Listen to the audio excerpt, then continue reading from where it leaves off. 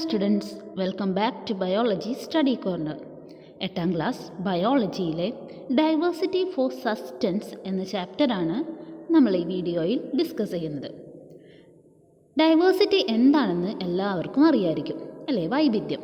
ഈ വൈവിധ്യം നമ്മുടെ നിലനിൽപ്പിനെ ഏത് രീതിയിലാണ് സഹായിക്കുന്നത്, അതിനെക്കുറിച്ചൊക്കെയാണ് നമ്മൾ ഈ ചാപ്റ്ററിൽ ഡിസ്കസ് ചെയ്യാൻ പോകുന്നത്. ഓക്കെ, നമുക്ക് സ്റ്റാർട്ട് ചെയ്യാം. നിങ്ങളുടെ ടെക്സ്റ്റ് ബുക്കിൽ പാഠത്തിൻ്റെ ആരംഭത്തിൽ തന്നെ ഒരു പിക്ചർ കൊടുത്തിട്ടുണ്ട്. ആ പിക്ചറിൽ നോക്കുകയാണെങ്കിൽ കുറേ അനിമൽസിനെ കാണാം, അതുപോലെ പ്ലാന്റ്സ് ഉണ്ട്, വാട്ടർ ബോഡീസ് ഉണ്ട്. ശരിയാണല്ലേ? അപ്പോൾ ഇത്തരത്തിൽ ഏത് പ്രകൃതി ദൃശ്യം എടുക്കുകയാണെന്നുണ്ടെങ്കിലും ഇത്തരത്തിൽ അവിടെ സസ്യജന്തുജാലങ്ങളും അതുപോലെ തന്നെ മറ്റു പല ഘടകങ്ങളും മറ്റു പല ഫാക്ടേഴ്സും കാണാൻ സാധിക്കും. അപ്പോൾ ഇത്തരത്തിൽ ഫാക്ടേഴ്സിനെ നമ്മൾ മെയിനായിട്ട് രണ്ടായി തിരിച്ചിട്ടുണ്ട്. അത് ഏതൊക്കെയാണെന്ന് നോക്കാം. ബയോട്ടിക് ആൻഡ് അബയോട്ടിക് ഫാക്ടേഴ്സ് എന്ന രീതിയിലാണ് ഇത്തരത്തിൽ പ്രകൃതിയിൽ കാണുന്ന ഘടകങ്ങളെ നമ്മൾ തിരിച്ചിട്ടുള്ളത്. ബയോട്ടിക് ഫാക്ടേഴ്സ് എന്ന് പറയുന്നത് ജീവനുള്ള ലിവിങ് തിങ്സിനെയാണ്, അഥവാ പ്ലാന്റ്സ്, അനിമൽസ് എല്ലാതും ബയോട്ടിക് ഫാക്ടേഴ്സിലാണ് വരാം. അബയോട്ടിക് ഫാക്ടേഴ്സ് എന്ന് വെച്ചിട്ടുണ്ടെങ്കിൽ ജീവനില്ലാത്ത ഘടകങ്ങൾ, നോൺ ലിവിങ് തിങ്സ്, അതായത് സൺലൈറ്റ്, വാട്ടർ, സോയിൽ, ഇതൊക്കെ അബയോട്ടിക് ഫാക്ടേഴ്സിന് എക്സാമ്പിൾസ് ആണ്. Abiotic factors are also essential for the existence of the living world, which comprises of animals, plants and microorganisms. Biotic factors ആയിട്ടുള്ള plants, animals, microorganisms ഇവയുടെ ഒക്കെ നിലനിൽപ്പിന് എന്താണ് ഈ abiotic factors, non living things വളരെ എസെൻഷ്യലാണ്, വളരെ അത്യാവശ്യമായിട്ടുള്ള ഘടകമാണ്. അപ്പോൾ അബയോട്ടിക് ഫാക്ടേഴ്സിനെ ബേസ് ചെയ്തിട്ട് ഒരു ഇലിസ്ട്രേഷൻ ഇവിടെ കൊടുത്തിട്ടുണ്ട്. അപ്പോൾ ഇത് കംപ്ലീറ്റ് ചെയ്യാനാണ് പറഞ്ഞിട്ടുള്ളത്. അപ്പോൾ എക്സാമ്പിൾസ് എന്തൊക്കെയാണ് അബയോട്ടിക് ഫാക്ടേഴ്സിന്? സൺലൈറ്റ് കാണിച്ചിട്ടുണ്ട്, എയർ, വാട്ടർ, സോയിൽ. സൺലൈറ്റിൻ്റെ മെയിനായിട്ടുള്ള യൂസായിട്ടുള്ള ഫോട്ടോസിന്തസിസ് അവിടെ എഴുതിയിട്ടുണ്ട്.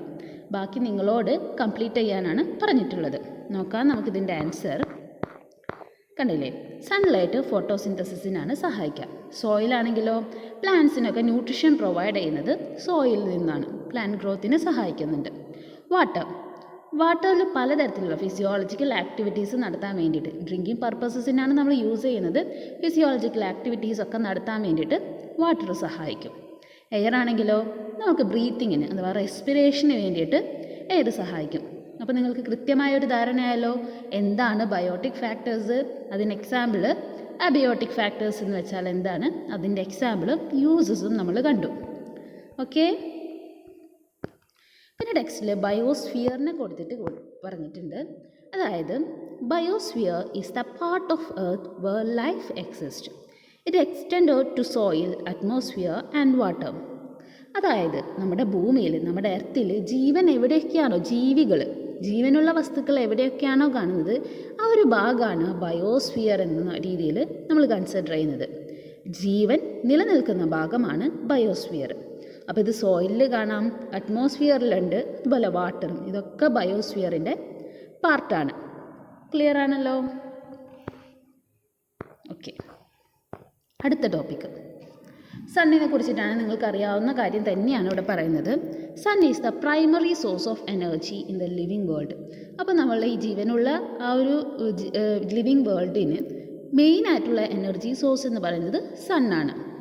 Green plants convert light energy to chemical energy through photosynthesis.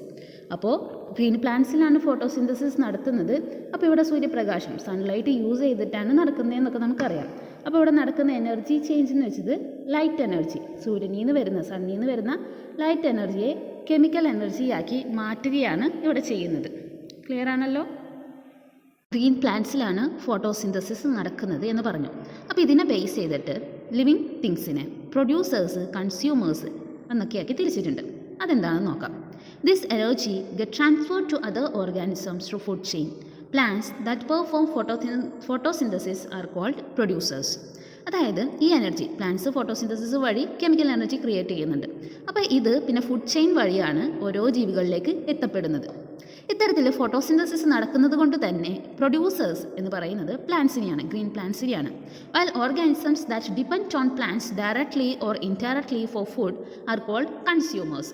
Consumers എന്ന് പറയുന്നത് പ്ലാന്റ്സിനെ, ഫുഡിന് വേണ്ടിയിട്ട് പ്ലാന്റ്സിനെ ഡയറക്റ്റായിട്ടോ ഇൻഡയറക്റ്റായിട്ടോ ഡിപ്പെൻഡ് ചെയ്യുന്ന ഓർഗാനിസങ്ങളെയൊക്കെ നമ്മൾ കൺസ്യൂമേഴ്സ് എന്നാണ് വിളിക്കപ്പെടുന്നത്.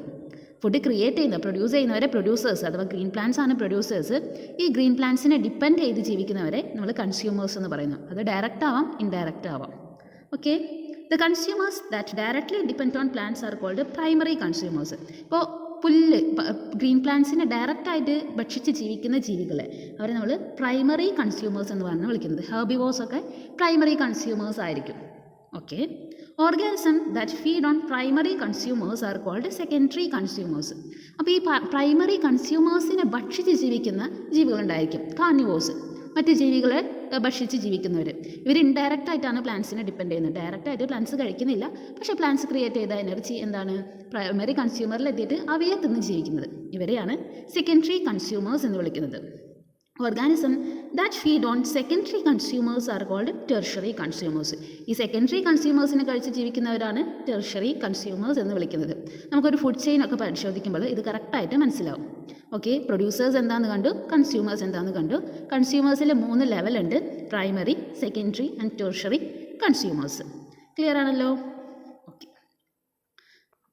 പിന്നെ പറയുന്നത് ഒരു എക്കോളജി. എക്കോളജി എന്ന് വെച്ചാൽ എന്താണെന്ന് നിങ്ങളൊന്ന് പരിചയപ്പെടുത്തുന്നുണ്ട്. Ecology is the study of interaction between organism and also between the organism and their surroundings.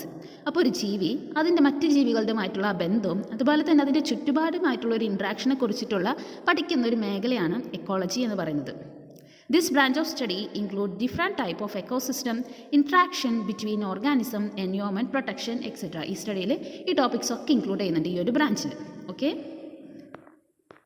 അടുത്തതായിട്ട് ഒരു ഫുഡ് വെബ് നിങ്ങളുടെ ടെക്സ്റ്റ് ബുക്കിൽ കൊടുത്തിട്ടുണ്ട്. ഫുഡ് വെബ് എന്താണെന്ന് അറിയാലോ? ഒത്തിരി ഫുഡ് ചെയിൻസ് കൂടിച്ചേർന്ന് വരുന്നതാണ് ഫുഡ് വെബ് എന്ന് പറയുന്നത്. പിക്ചർ ഫുഡ് വെബിൻ്റെ ഇലസ്ട്രേഷൻ നമുക്ക് കാണാം. ഇതിലെന്താണ്, ഒത്തിരി ഫുഡ് ചെയിൻസ് കൂടിച്ചേർന്നിട്ടാണ് ഒരു ഫുഡ് വെബ്, കുറേ ഭക്ഷ്യ ശൃംഖലകൾ കൂടിച്ചേർന്നിട്ടാണ് ഭക്ഷ്യശൃംഖല ജാലം ഫോം ചെയ്തിരിക്കുന്നത്. ഇപ്പോൾ നോക്കുകയാണെങ്കിൽ എന്താണ്, കുറേ ഫുഡ് ചെയിൻസ് നമുക്ക് ഇതിൽ നിന്ന് തന്നെ ക്രിയേറ്റ് ചെയ്യാൻ വേണ്ടിയിട്ട് സാധിക്കും. ഒരു എക്സാമ്പിളായിട്ട് പറയുകയാണെന്നുണ്ടെങ്കിൽ grass hopper, frog, snake, eagle. ഇപ്പോൾ ഒരു ഫുഡ് വെബ് ഫുഡ് ചെയിൻ ആയല്ലോ. ഇതുപോലെ തന്നെ പല രീതിയിൽ ഇപ്പോൾ നമുക്ക് നോക്കാം. ട്രീ, സ്ക്യൂറൽ, സ്നേക്ക്, പിന്നെന്താണ്, ഈഗിൾ. അങ്ങനെ ഒരു ഫുഡ് ചെയിൻ ക്രിയേറ്റ് ചെയ്യാം. ഗ്രാസ്, റാബിറ്റ്, ടൈഗർ മറ്റൊരു ഫുഡ് ചെയിനാണ്. പിന്നെന്താണ്, പാഡി, ഗ്രാസ് ഹോപ്പർ, കെമേലോൺ, പിന്നെ ഇവിടുത്തെ ഈഗിൾ. ഓക്കെ, ഇതേ രീതിയിൽ നമുക്ക് ഒത്തിരി ഫുഡ് ചെയിൻസ് ഒരു ഫുഡ് വെബിൽ നിന്ന് ക്രിയേറ്റ് ചെയ്യാൻ വേണ്ടിയിട്ട് സാധിക്കും. ക്ലിയർ ആണല്ലോ? അപ്പോൾ ഇതിനെ ബേസ് ചെയ്തിട്ട് കുറച്ച് ക്വസ്റ്റ്യൻസ് ചോദിച്ചിട്ടുണ്ട്. നമുക്ക് ഈ ഒരു ചിത്രം നിരീക്ഷിച്ച് കഴിഞ്ഞാൽ ഈ ക്വസ്റ്റ്യൻസിൻ്റെ ആൻസേഴ്സും ഒക്കെ കിട്ടും. ഇതൊരു ഫുഡ് ചെയിനാണ്, ഒരു ഫുഡ് വെബാണ്, കുറേ ഫുഡ് ചെയിൻസ് ഇതിൽ അടങ്ങിയിട്ടുണ്ട്. ഓക്കെ, ഒന്നാമത്തെ ക്വസ്റ്റ്യൻ നോക്കാം. How do food chain and food web differ from each other? ഒരു ഫുഡ് ചെയിനും ഒരു ഫുഡ് വെബും തമ്മിലുള്ള ഡിഫറൻസ് എന്താണെന്നാണ് ചോദിച്ചിട്ടുള്ളത്. നോക്കാം നമുക്കതിൻ്റെ answer. The chain of animals that eat and being eaten constitute food chain. But in nature, different food chains are interrelated and this network is called food web. കിട്ടിയാലോ? ഒരു ഭക്ഷിക്കുകയും ഭക്ഷിക്കപ്പെടുകയും ചെയ്യുന്ന ആ കുറേ ജീവികളുടെ ആ ഒരു കണക്ഷനെയാണ് നമ്മൾ ഫുഡ് ചെയിൻ എന്നതുകൊണ്ട് ഉദ്ദേശിക്കുന്നത്. ഇത്തരത്തിൽ കുറേ ഫുഡ് ചെയിൻസ് ഇൻ്റർറിലേറ്റ് ചെയ്ത് വരുന്ന ആ ഒരു സംഭവത്തെയാണ് നമ്മൾ ഫുഡ് വെബ് എന്ന് പറയുന്നത്. എക്സാമ്പിളായിട്ട് ഒരു ഫുഡ് ചെയിൻ എന്ന് പറയുന്നത് ഗ്രാസ് ഹോപ്പർ, ഫ്രോഗ്, സ്നേക്ക് ഒരു ഫുഡ് ചെയിനാണ്. ഇത്തരത്തിൽ ഗ്രീൻ പ്ലാന്റ്സിനോട് റിലേറ്റ് ചെയ്തിട്ട് ഒത്തിരി അനിമൽസ് ഡിപ്പെൻഡ് ചെയ്യുന്നുണ്ട് ഗ്രീൻ പ്ലാന്റ്സിന്. അപ്പോൾ അതേ രീതിയിൽ നമുക്ക് ഇൻ്റർറിലേറ്റ് ചെയ്തിട്ട് കുറേ ഫുഡ് ചെയിൻസ് യൂസ് ചെയ്തിട്ട് ഒരു ഫുഡ് വെബ് ക്രിയേറ്റ് ചെയ്യാൻ വേണ്ടിയിട്ട് സാധിക്കും. Okay, next question. Is A single organism involve in more than one food chain? ഒരു സിംഗിൾ ഓർഗാനിസം തന്നെ ഒന്നിലധികം ഫുഡ് ചെയിൻസിൽ ഇൻക്ലൂഡ് ചെയ്യാൻ പറ്റുമെന്നാണ് നമ്മുടെ പ്രകൃതിയിൽ. നിരീക്ഷിച്ചാൽ നിങ്ങൾക്കത് മനസ്സിലാവും. ആൻസർ നോക്കാം. Same organism belongs to different food chains. ഒരു സെയിം ഓർഗാനിസത്തിന് പല ഫുഡ് ചെയിൻസിൽ ഇൻവോൾവ് ചെയ്യാൻ വേണ്ടിയിട്ട് സാധിക്കും. Beneficial no species increases or decreases beyond a level. അപ്പോൾ ഇത്തരത്തിൽ ചെയ്യുന്നത് വഴി ഒരു സ്പീഷ്യസിൻ്റെ ആ ഒരു ബാലൻസ്ഡ് സ്റ്റേറ്റിൽ നിലനിർത്താൻ വേണ്ടിയിട്ട് ഈ ഒരു കാര്യം സഹായിക്കും. ഓക്കെ, അടുത്തത്.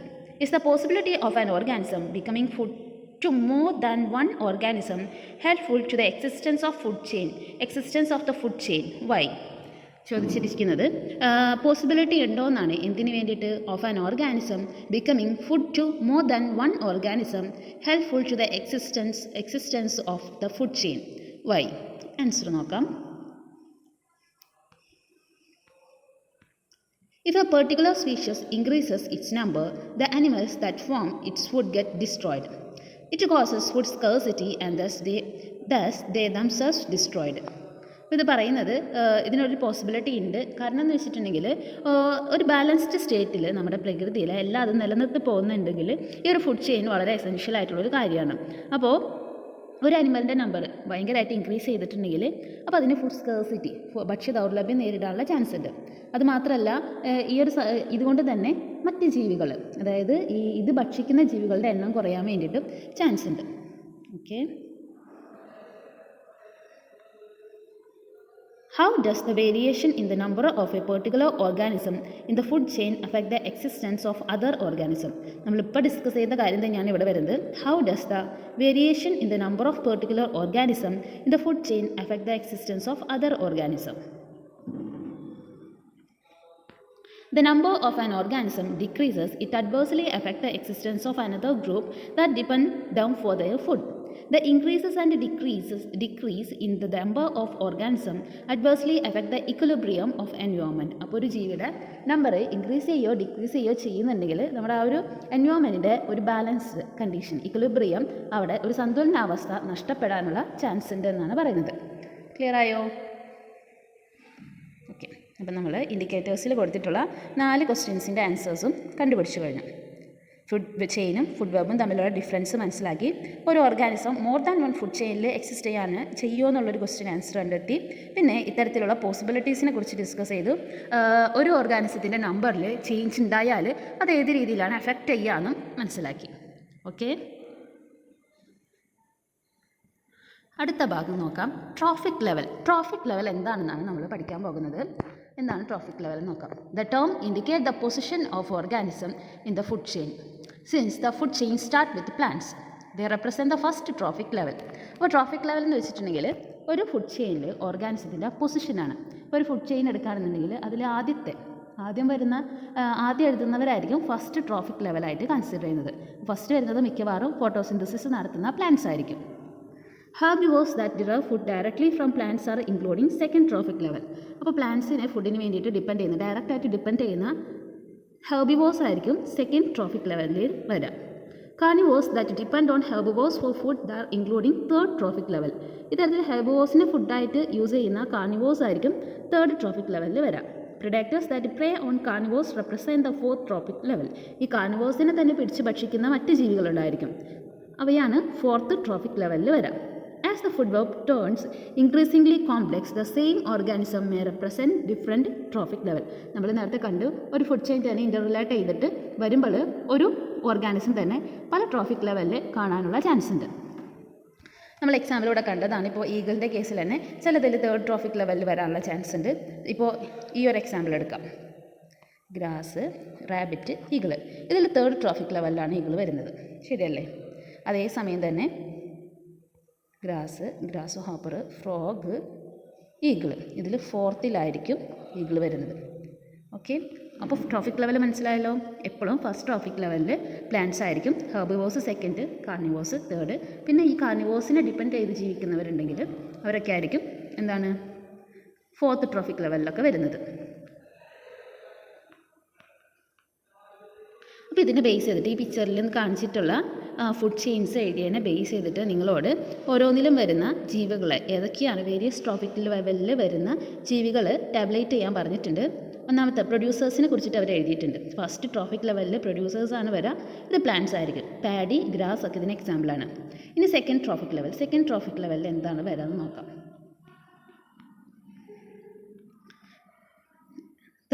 Second trophic level primary consumers ആയിരിക്കും. ഇപ്പോൾ ഗ്രാസ് ഹോപ്പർ, റാറ്റ് ഒക്കെ ഇതിന് എക്സാമ്പിളാണ്. സെക്കൻഡറി കൺസ്യൂമേഴ്സ് ആയിരിക്കും ഏതിൽ വരാം? തേർഡ് ട്രോഫിക് ലെവലിൽ വരാം.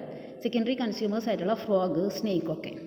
ടെർഷ്യറി കൺസ്യൂമേഴ്സ് എന്ന് പറയുമ്പോൾ ഫോർത്ത് ട്രോഫിക് ലെവലിലായിരിക്കും വരുന്നത്. ഈഗിള്, മംഗൂസ്, ഈ സംഭവങ്ങളൊക്കെ എന്താണ് ഫോർത്ത് ട്രോഫിക് ലെവലിൽ എക്സാമ്പിളായിരിക്കും. അപ്പോൾ അതേ രീതിയിൽ നിങ്ങൾ എഴുതിയ ഫുഡ് ചെയിൻസിനെ ബേസ് ചെയ്തിട്ട് കംപ്ലീറ്റ് ചെയ്യാവുന്നതാണ്. ഫസ്റ്റ് പൊസിഷനിൽ വരുന്നത് ഫസ്റ്റ് ട്രോഫിക് ലെവൽ, സെക്കൻഡ് വരുന്നത് പ്രൈമറി കൺസ്യൂമേഴ്സിൻ്റെ പേര് നേരെ എഴുതാം. ഓക്കെ, ക്ലിയർ ആണല്ലോ. അപ്പോൾ ഇത്തരത്തിൽ ട്രോഫിക് ലെവലിനെ ബേസ് ചെയ്തിട്ടും കുറച്ച് ഇൻഡിക്കേറ്റേഴ്സ് ഇവിടെ കൊടുത്തിട്ടുണ്ട്. Does the same organism occupy more than one trophic level? ഒരു സെയിം ഓർഗാനിസം തന്നെ ഒന്നിലധികം ട്രോഫിക് ലെവലിൽ വരാനുള്ള ചാൻസ് ഉണ്ടോ എന്നാണ് ചോദിച്ചിട്ടുള്ളത്. The same organism is included in different trophic level as the complexity of food web increases. ഒരു ഫുഡ് വെബിൻ്റെ കോംപ്ലക്സിറ്റി ഇൻക്രീസ് ചെയ്യുന്നതിനനുസരിച്ചിട്ട് പല ട്രോഫിക് ലെവലിൽ ഒരു ഓർഗാനിസം തന്നെ വരാനുള്ള ചാൻസ് കൂടും.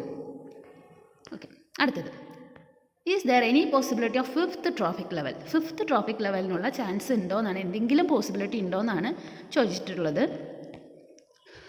The number of trophic level is an ecosystem is not constant.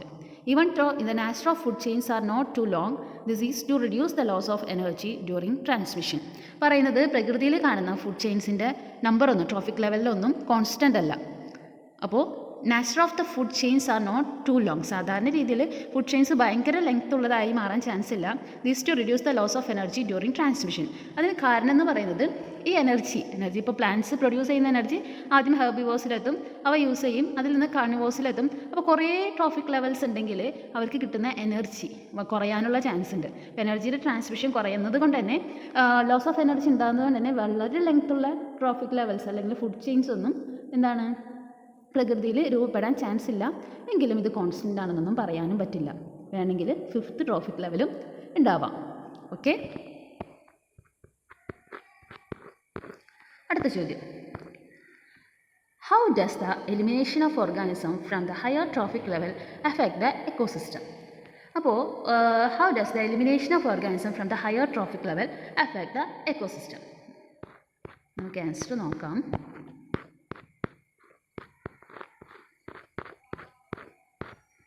The loss of organism in higher level causes tremendous increase in the number of organism in lower level. ഇപ്പോൾ higher ലെവലിലുള്ള ഒരു ഓർഗാനിസത്തിൻ്റെ ആ ഒരു number reduce ചെയ്യുകയോ അല്ലെങ്കിൽ അതിന് നാശം സംഭവിക്കുകയോ ചെയ്തിട്ടുണ്ടെങ്കിൽ ലോവർ ലെവലിലുള്ള ജീവികളുടെ എണ്ണം കൂടാൻ വേണ്ടിയിട്ട് ചാൻസ് ഉണ്ട്. കാരണം ഇവയെ കഴിക്കാൻ വേണ്ടിയിട്ട് ആരുമില്ലല്ലോ. അപ്പോൾ ഹയർ ലെവലിലുള്ളത് നശിച്ചിട്ടുണ്ടെങ്കിൽ ലോവർ ലെവലിലുള്ള ഓർഗാനിസത്തിൻ്റെ നമ്പർ ഇൻക്രീസ് ചെയ്യണം. It disturb the equilibrium of environment. ഇത്തരത്തിൽ ലോവർ ലെവലിലുള്ള ഓർഗാനിസം കൂടിയിട്ടുണ്ടെങ്കിൽ അത് പ്ലാന്റ്സിനെ അഫക്റ്റ് ചെയ്യുന്നുണ്ട്. അതുമാത്രമല്ല ഇത് നമ്മുടെ ഒരു പ്രകൃതിയുടെ സന്തുലനാവസ്ഥ, ഒരു ഇക്വിലിബ്രിയം സ്റ്റേറ്റിനെ ഡിസ്ട്രോയ് ചെയ്യാൻ വേണ്ടിയിട്ട് കാരണമാവും. ഓക്കെ,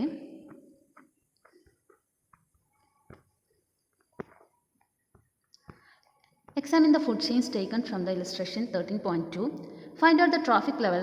കുറച്ച് ഫുഡ് ചെയിൻസ് അവിടെ കൊടുത്തിട്ടുണ്ട്. Grass, rabbit, eagle, grass hopper, carrot, eagle, grass hopper, frog, snake, eagle. Find out the trophic level represented by eagle in these food chains. Write them down in the science diary. അപ്പോൾ ഈ ഒരു food chains നോക്കുകയാണെങ്കിൽ തന്നെ first food ചെയിനിൽ എന്താണ്, ആദ്യത്തേതിൽ eagle ഒരു third trophic ലെവലിലാണ് വരുന്നത്. രണ്ടാമത്തേലോ ഫോർത്തിലാണ് വരുന്നത്, ഫോർത്ത് ട്രോഫിക് ലെവലിലാണ്. മൂന്നാമത്തേതിൽ ഫിഫ്ത്തിലാണ് വരുന്നത്. അപ്പോൾ നോക്കിയിട്ടുണ്ടെങ്കിൽ ഒരു ഓർഗാനിസം തന്നെ പല ട്രോഫിക് ലെവലിൽ വരാൻ ചാൻസ് ഉണ്ടെന്ന് നമുക്ക് ഇതിൽ നിന്ന് തന്നെ മനസ്സിലായി. The number of trophic level and the position of organism in the trophic level of the ecosystem is not constant. It changes in accordance with the complexity and length of food chain. ഒരു food ചെയിൻ്റെ complexity കൂടുകയും അല്ലെങ്കിൽ length കൂടുകയൊക്കെ ചെയ്യുന്നതനുസരിച്ചിട്ട് എന്താണ് ഓരോ ഓർഗാനിസത്തിൻ്റെയും പൊസിഷനിലും ഡിഫറൻസ് വരാനുള്ള ചാൻസ് ഉണ്ട്. ക്ലിയർ ആയല്ലോ? അപ്പം നമ്മൾ ഇന്ന് ഡിസ്കസ് ചെയ്തത് ഫസ്റ്റ് നമ്മൾ എന്താണ് ബയോട്ടിക് ഫാക്ടേഴ്സ്, അബയോട്ടിക് ഫാക്ടേഴ്സ് എന്ന് മനസ്സിലാക്കി. അബയോട്ടിക് ഫാക്ടേഴ്സിൻ്റെ യൂസസും കുറച്ച് എക്സാമ്പിൾസും അതിൻ്റെ മെയിൻ ഫങ്ഷൻസും കണ്ടു. പിന്നീട് ഇക്കോളജി എന്താണെന്നും ബയോസ്ഫിയർ എന്താണെന്നും കണ്ടു, പ്രൊഡ്യൂസേഴ്സ്, കൺസ്യൂമേഴ്സ്. പിന്നീട് ഫുഡ് വെബിൽ നിന്നും കുറേ ഫുഡ് ചെയിൻസ് ഉണ്ടാക്കി ഇതിനെ റിലേറ്റ് ചെയ്തിട്ട് കുറച്ച് ക്വസ്റ്റ്യൻസ് ഡിസ്കസ് ചെയ്തു. പിന്നീടാണ് നമ്മൾ ട്രോഫിക് ലെവലിനെ കുറിച്ചിട്ട് മനസ്സിലാക്കിയത്. ട്രോഫിക് ലെവൽ എന്താണ്, ഒരു ഓർഗാനിസത്തിൻ്റെ പൊസിഷനാണ് ഇൻഡിക്കേറ്റ് ചെയ്യുന്നത്. അപ്പോൾ അത് പല രീതിയിൽ ഫുഡ് വെബിൻ്റെ കോംപ്ലക്സിറ്റി അനുസരിച്ച്, ഫുഡ് ചെയിൻ്റെ നാച്ചർ അനുസരിച്ചിട്ട് ഇത് മാറി വരാനുള്ള കാര്യം മനസ്സിലാക്കി. ഫസ്റ്റ് ട്രോഫിക് ലെവൽ എപ്പോഴും പ്ലാന്റ്സ് ആയിരിക്കും വരാം, green plants. Herbivores are in second trophic level and carnivores are including third trophic level.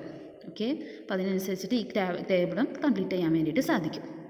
Okay, അപ്പോൾ നമ്മൾ ഇന്ന് ഡിസ്കസ് ചെയ്ത കാര്യങ്ങളൊക്കെ നിങ്ങൾക്ക് ക്ലിയർ ആയിട്ടുണ്ടാവുമെന്ന് വിശ്വസിക്കുന്നു. അടുത്ത വീഡിയോയിൽ നമുക്ക് നെക്സ്റ്റ് പാർട്ട് ഡിസ്കസ് ചെയ്യാം. Okay, thank you.